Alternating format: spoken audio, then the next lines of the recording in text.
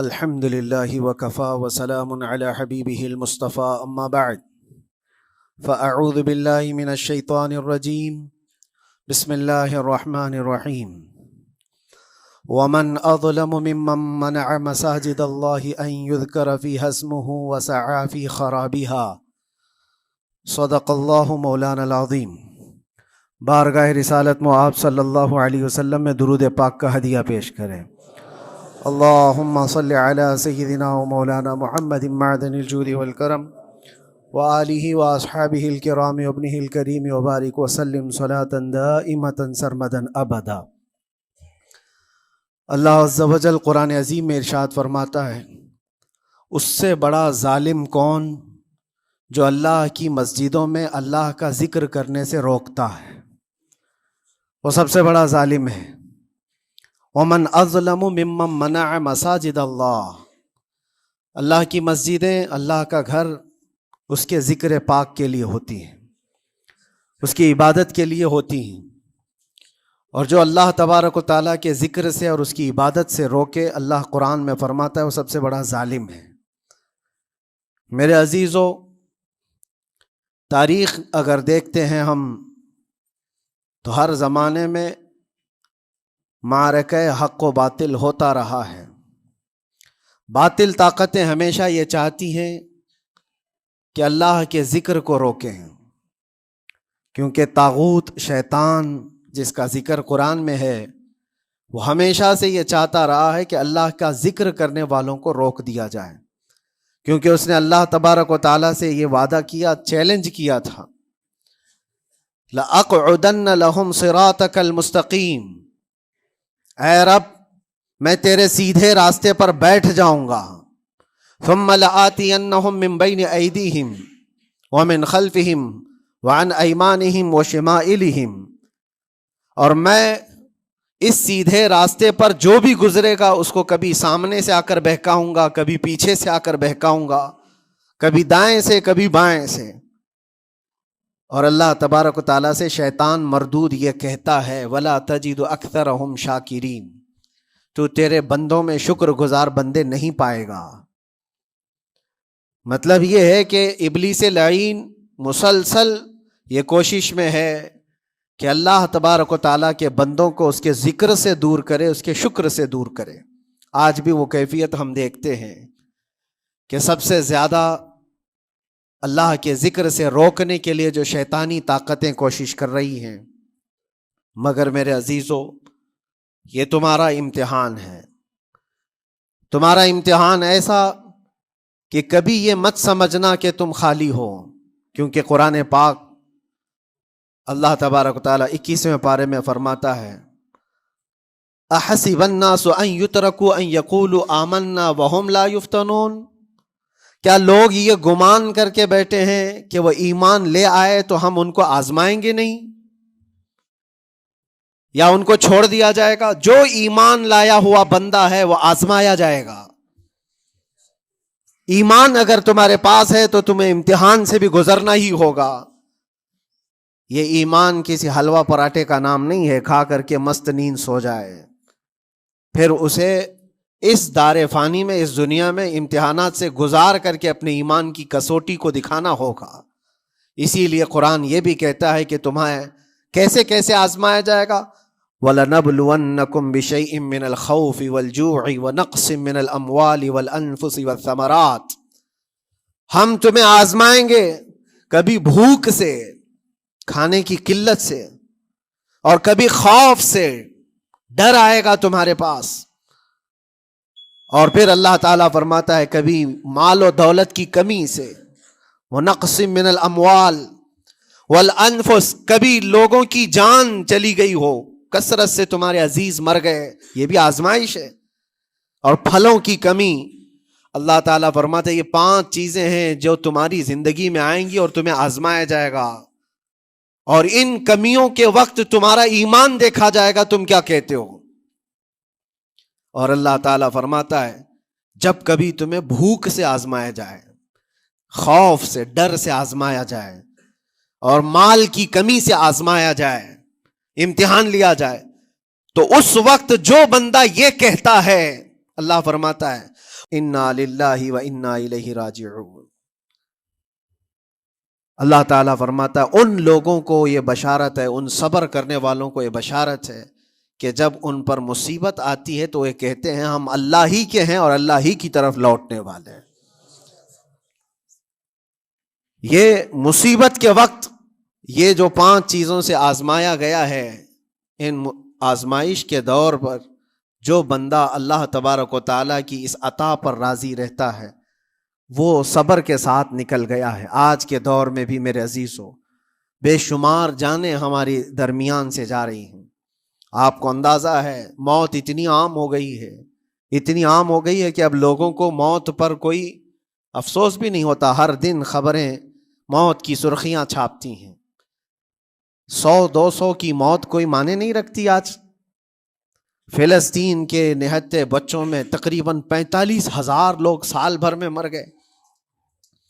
45,000 کوئی تعداد ہوتی ہے کہ نہیں ہوتی؟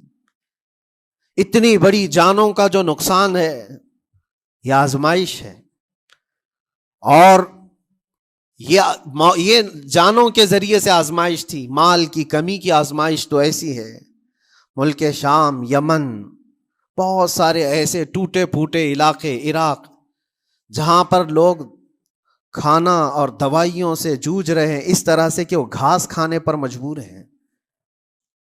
بہت سارے ایسے علاقے جہاں پر چھوٹے بچے پھینکے ہوئے کچرے میں سے دانے چن کر کے کھا لیا کرتے ہیں۔ وہ اپنے پیٹ کی اس آگ کو بجھانے کے لیے دانے دانے کے لیے ترس رہے ہیں۔ یہ بھوک کی آزمائش ہے، مال کی کمی کی آزمائش ہے، جانوں کی آزمائش ہے۔ عزیزان گرامی وقار، اور پھر خوف کے ذریعے سے جو آزمائش ہے وہ ہم دیکھ رہے ہیں آج۔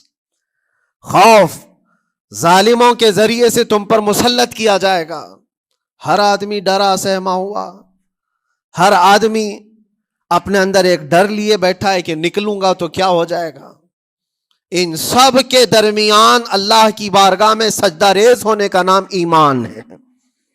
سب حالات ہوں گے اس طرح سے، اور انہی حالات کے درمیان جو بندہ اپنا سر جھکاتا ہے مولا کریم کی بارگاہ میں وہ ایمان والا ہے۔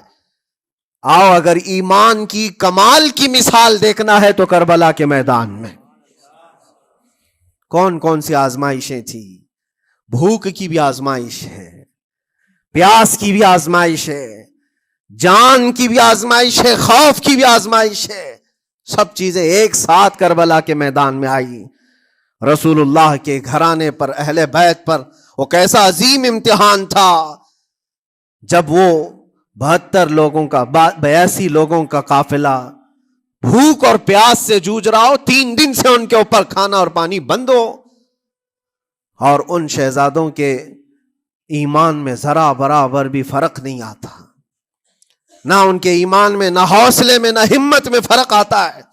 3 دن کے بھوکے اور پیاسے باطل سے نپٹنے کے لیے کس طرح سے کمر بستہ ہے۔ یہاں تک کہ بھوک کی شدت ایسی تھی کلیجہ منہ کو آئے، 6 ماہ کا بچہ بھی روتے روتے زبان جس کی سوکھ گئی ہو، وہ ماں جو بچے کو دودھ پلاتی ہے اس کے سینے سوکھ چکے ہوں، دودھ ختم ہو چکا ہو ماں کے پستانوں میں، کیسی قلت ہوگی۔ پانی کا ایک قطرہ ان کے گھر تک نہیں پہنچ پاتا، ماں اپنے بچے کو دودھ نہیں پلا سکتی تھی۔ اس سے زیادہ کیا آزمائش تھی؟ یہ بھوک اور پیاس کی آزمائش۔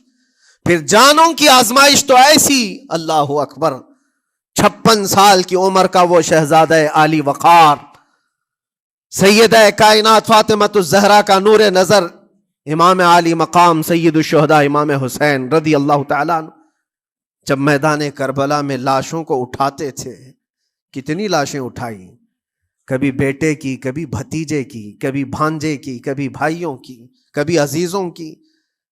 میاں ہم اپنے گھر سے نکلنے والے ایک جنازے کو اٹھاتے ہیں تو 8 دن تک ہمارے اندر سے ہوش نکل جائے۔ کوئی اپنے بچے کو اپنے ہاتھوں سے دفن کر کے دیکھے پھر کیفیت پتہ چلتی ہے۔ امام حسین نے ایک نہیں اپنے لاڈلوں کی لاشیں اس طرح سمیٹی ہیں۔ ان کے جوان بیٹے علی اکبر کو جب شہید کر کے گھوڑے دوڑائے گئے تھے جسم کے اوپر سے، ٹکڑے الگ ہو چکے تھے، اس کو سمیٹتے ہوئے کون بیٹھا ہے؟ رسول اللہ کا نواسا۔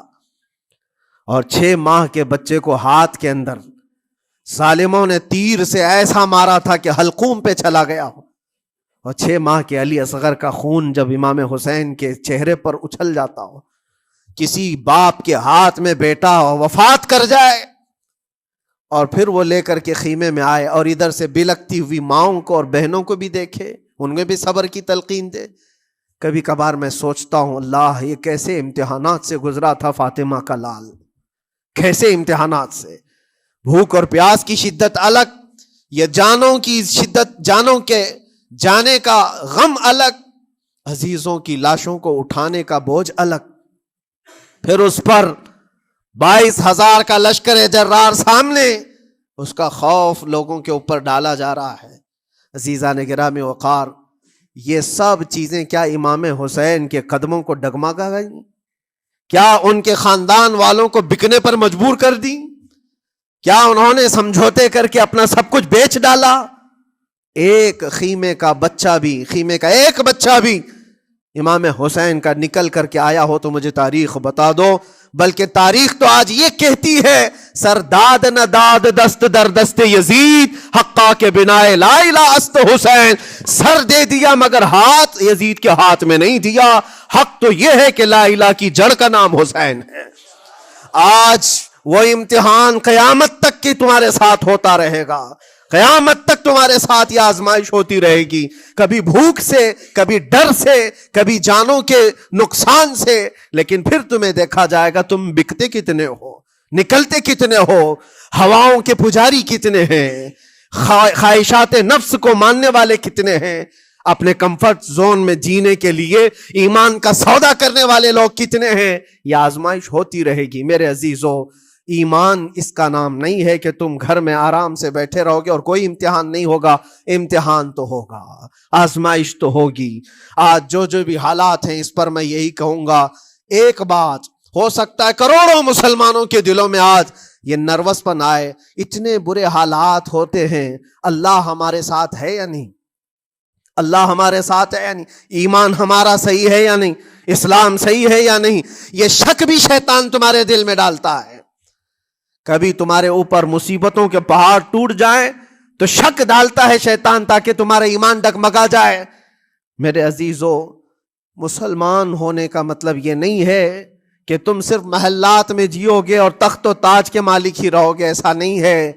ایمان والوں کو احد میں 70 جانیں بھی دینی پڑی ہے، بدر میں ان کے ساتھ جو معاملات ہوئے ہیں، فتح اگرچہ بدر میں ہوئی لیکن جنگ احد کا اگر منظر دیکھو گے، اللہ اکبر۔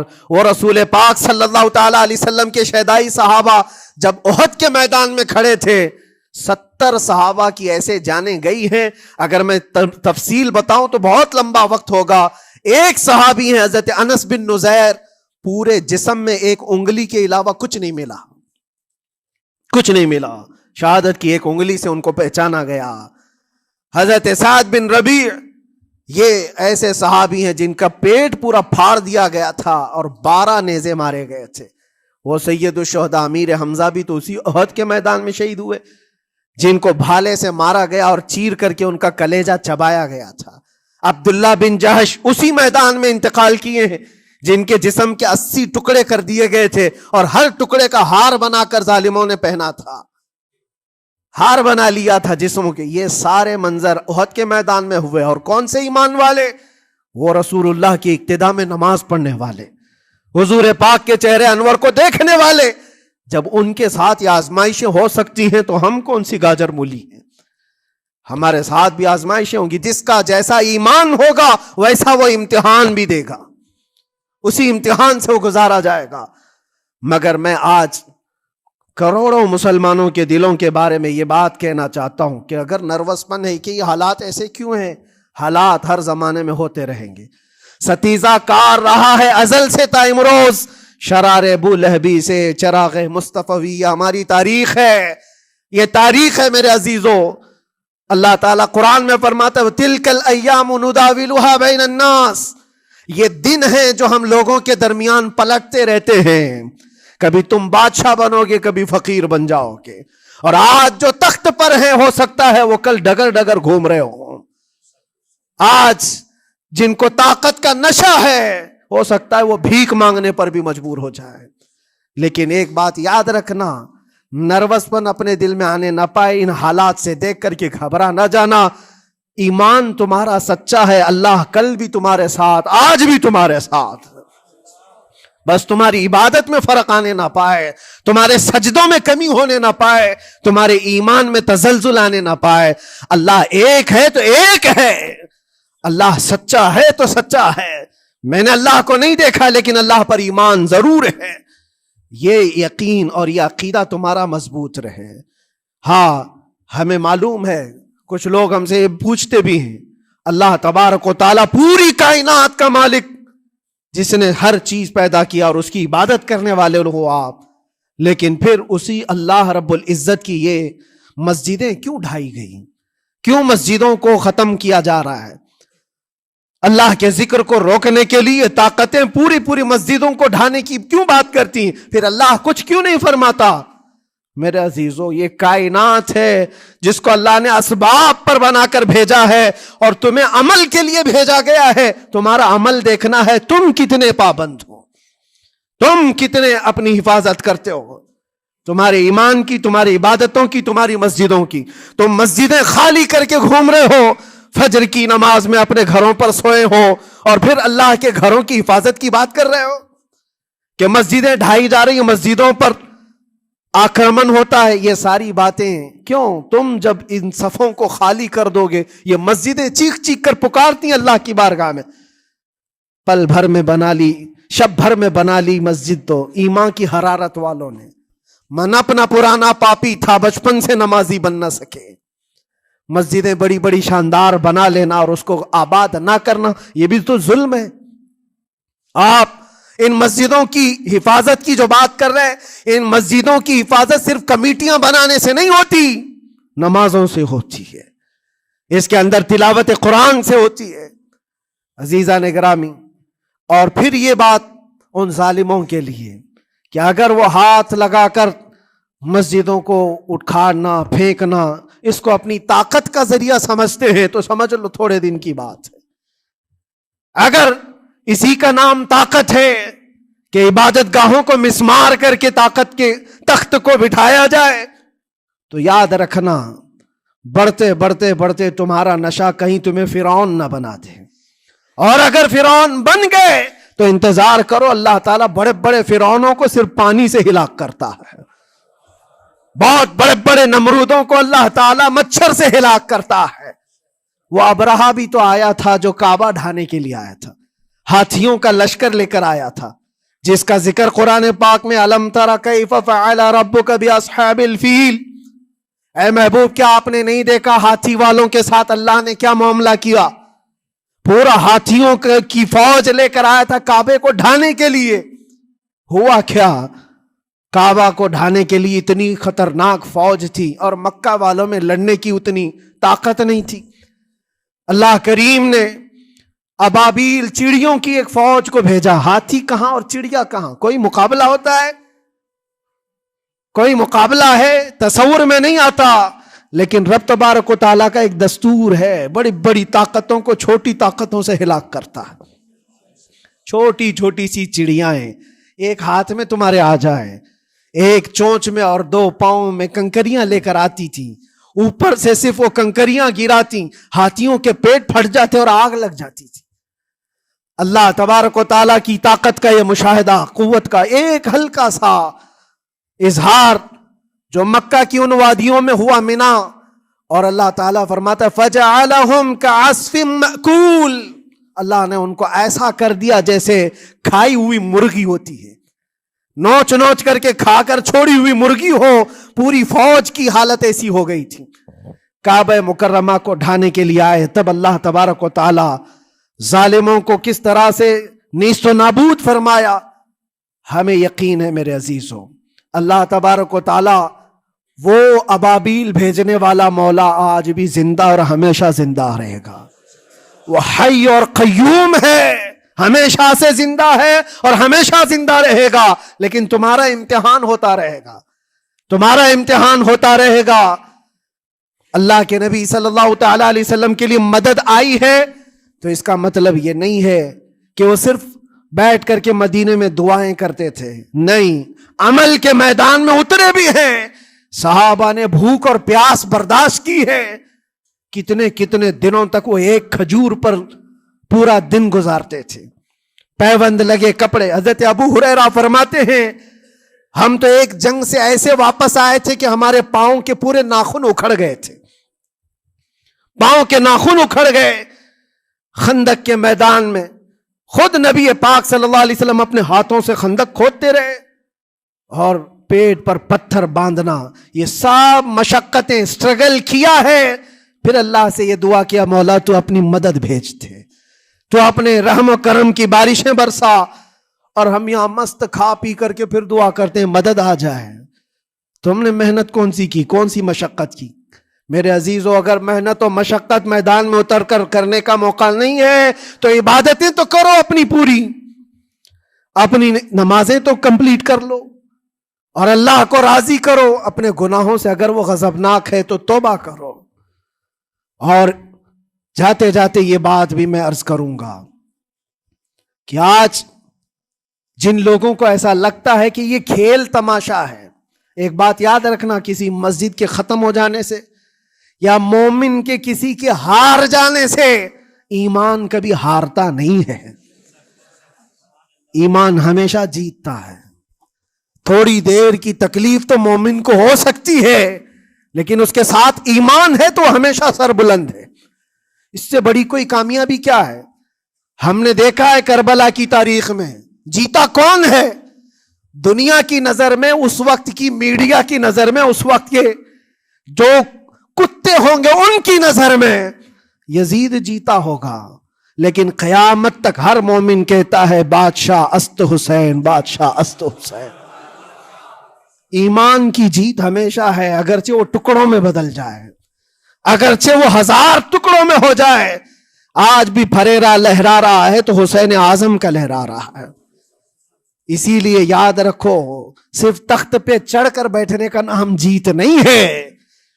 ابھی الیکشن بھی گزرا، کچھ لوگ نروس ہوں گے کہ ہم ہار گئے۔ اگر وہ ایمان والے ہیں، سچے ایمان والے ہیں، تو انہیں یاد رکھنا چاہیے جیت اور ہار صرف تخت حاصل کرنے کا نام نہیں ہے، دلوں پر حکومت کرنے کا نام جیت ہے۔ اور آج 800 سال گزر گئے، ہند الولی سلطان الاولیاء غریب نواز کی حکومت ہم سب پر قائم ہے۔ کس بات کی حکومت ہے یہ دلوں کی حکومت ہے۔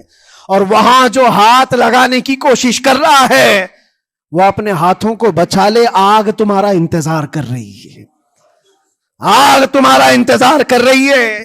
اس لیے کہ اللہ فرماتا ہے من عادی لی ولیا فقد آذنتہ بالحرب، جس نے میرے ولی سے دشمنی کی میں اس کو اپنے ساتھ جنگ کا اعلان کرتا ہوں۔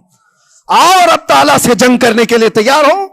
اللہ کے ولی سے مقابلہ کرنا چاہتے ہو؟ اللہ کے ولی کو چھونا چاہتے ہو؟ رب تعالیٰ فرماتا ہے جو اللہ کے ولی سے دشمنی کرتا ہے اسے میں اپنے ساتھ جنگ کا اعلان کرتا ہوں۔ ہے کسی کی ہمت و طاقت اللہ سے جنگ کرنے کی؟ تو جو یہ چاہتے ہیں کیڑے مکڑوں کی موت مرو گے، اس سے بھی خطرناک ذلیل ہو کر مر جاؤ گے۔ اجمیر معلیٰ یہ صرف اور صرف ایک دھرتی کا نام نہیں ہے، اللہ کے ولی کی آباد کی ہوئی مقدس زمین ہے۔ اور ہم سنیوں کی آستھا ایسے ہے، امام اہل سنت فاضل بریلوی اعلیٰ حضرت فرماتے ہیں دنیا بھر میں جہاں دعائیں قبول ہوتی ہیں ان جگہوں میں سے ایک جگہ کا نام اجمیر معلیٰ ہے، جہاں اللہ تعالیٰ دعائیں قبول فرماتا ہے۔ ہم اپنی آستھا ہی نہیں رکھتے میرے عزیزو، اپنی جان بھی حاضر ہے غریب نواز کے قدموں کے لیے۔ اس لیے میں کہنا چاہتا ہوں سرکار غریب نواز رضی اللہ تعالیٰ عنہ کے رکشک، یہ لوگ اگر یہ سمجھتے ہیں کہ مسلمان بکھر گئے ہیں، ٹوٹے ہیں، بکھرے ہیں، ان کے پاس کوئی طاقت نہیں، کوئی سیاست نہیں، اور ہم جس کو چاہیں آکرمن کر کے ختم کر دیں، ہو سکتا ہے ہم سب کو مار ڈالو تمہاری طاقت کے ذریعے، لیکن وہ غریب نواز ہے۔ اپنے باپ داداؤں کی تاریخ یاد رکھنا، پوچھنا، جو غریب نواز کو اٹھانے کی کوشش کیا اٹھ گئے ہیں، اور وہ دھرتی پہ آج بھی آباد ہے۔ انشاءاللہ قیامت تک اجمیر معلیٰ چمکتا رہے گا۔ سرکار غریب نواز رضی اللہ تعالیٰ عنہ کے آستانے سے جو فیض بٹتا ہے اپنے اور غیر سب وہاں سے فائدہ اٹھاتے ہیں، سب لوگوں کو برابر فائدہ اٹھایا جاتا ہے۔ اسی لیے میرے عزیزو، یہ آزمائشوں کے دور میں میری صرف ایک ہی گزارش ہے، اپنا ایمان مضبوط کرو، اپنا ایمان مضبوط کرو۔ جیسی بھی مصیبتیں آئیں، طاقتیں آئیں، تمہارا سجدے سے سر دور نہ ہونے پائے، اللہ سے غفلت ہونے نہ پائے، تمہارے ذکر و اذکار میں کمی ہونے نہ پائے، مسجدوں سے دور بھاگنے کی کوشش نہ کرو، واپس آ جاؤ، اللہ کی رحمت قریب ہے۔ قرآن میں اللہ فرماتا ہے الا ان نصر اللہ قریب، آگاہ ہو جاؤ، بے شک اللہ کی مدد بہت قریب ہے۔ وآخر دعوانا الحمد للہ رب العالمین۔ السلام۔